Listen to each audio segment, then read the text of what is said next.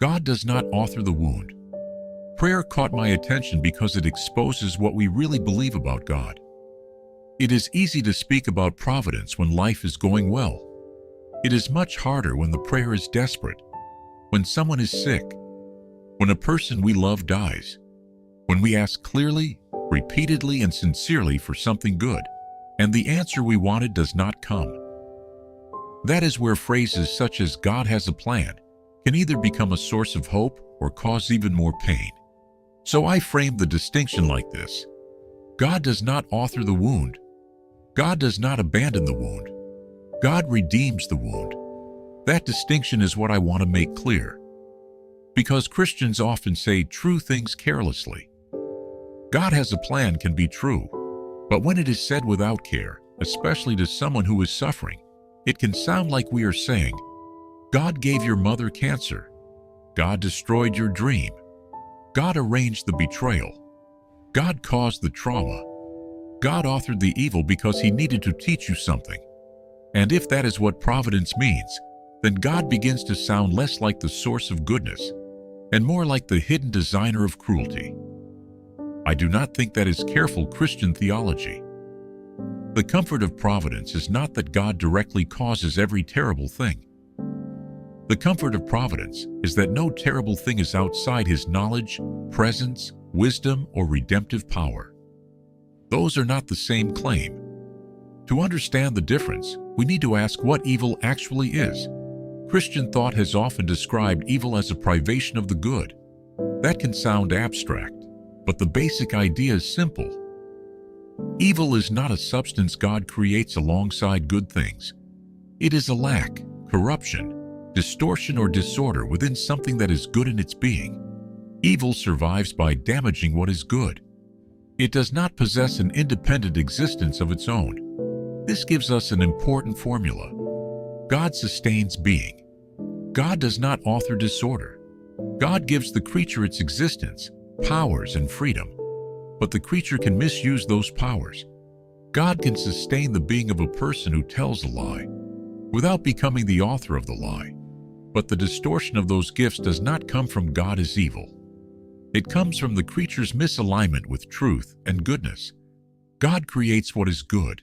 Evil is what happens when the good is wounded, disordered, deprived, or turned away from its proper end. Now this raises a difficult question. Why does God permit what he does not positively will as evil? There is no single sentence that removes the emotional force of that question. And I do not want to pretend there is. Particular suffering always exceeds a general explanation. It is one thing to speak about freedom, fallenness, and providence in a lesson. It is another thing to sit beside a hospital bed. A model can speak truthfully without giving us possession of every reason behind every wound. Sometimes we do not know. Sometimes the truthful response is lament rather than theory. But we can still say something meaningful. God permits a creation in which created causes are real. Human freedom is real. Material processes are real. Permission is not the same thing as approval. Allowing a creature to act is not the same thing as delighting in what the creature does.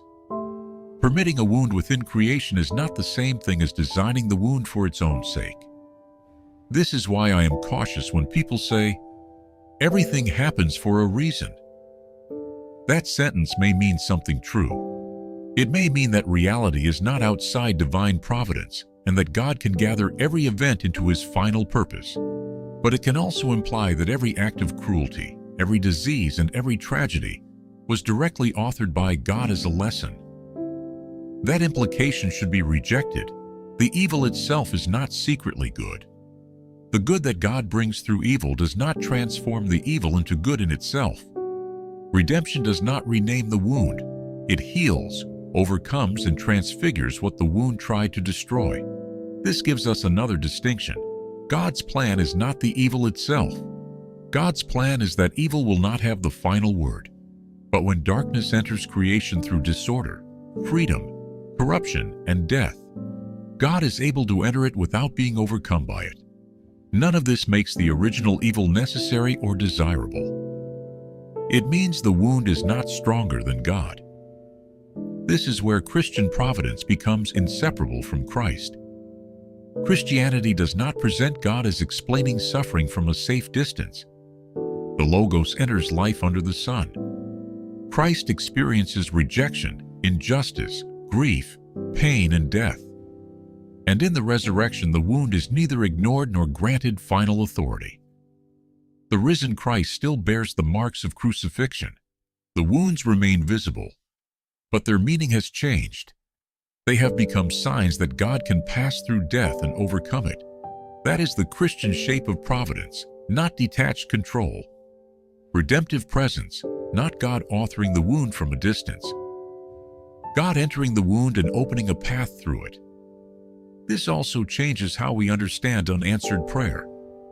Prayer is not a technique for controlling providence. It is not a spiritual mechanism where the correct words force a particular outcome. Prayer is real relationship. There is nothing spiritually mature about pretending we don't want a particular good. But prayer also includes the recognition that I do not see the whole. This is why the prayer of Christ in Gethsemane is so important. He names what he wants. Let this cup pass from me. Then he surrenders the answer. Not my will, but yours be done.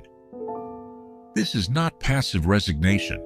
It is trust without control. It is the honest expression of desire without turning desire into a demand that God must answer only in the form we have imagined. Sometimes the outcome we ask for does not happen. The illness remains. The person dies. The relationship is not restored. The opportunity does not return. That does not mean God did not hear. It does not mean God was absent. And it does not mean he caused the suffering merely so he could refuse to remove it.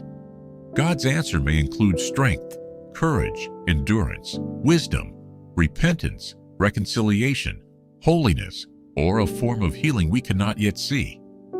We need to be careful here.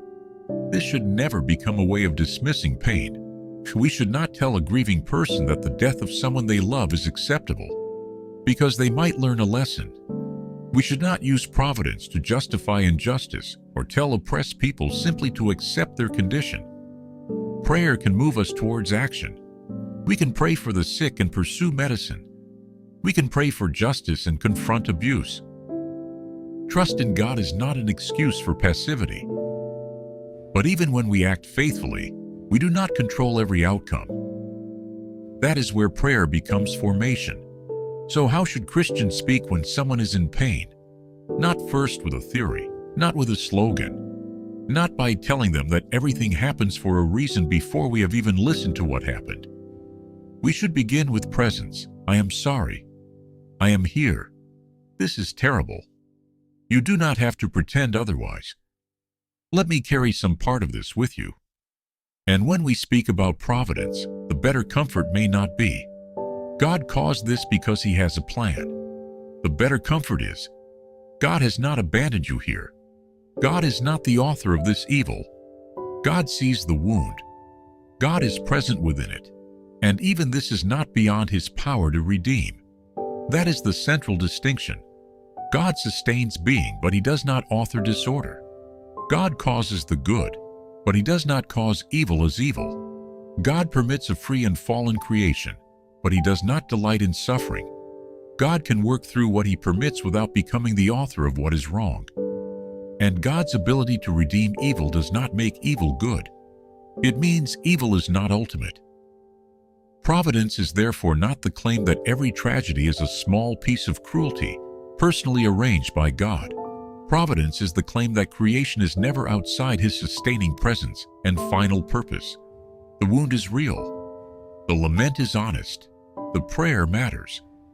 And hope remains possible without pretending we own the explanation. God does not author the wound. God does not abandon the wound. God enters the wound. God bears the wound. And in the end, God redeems the wound.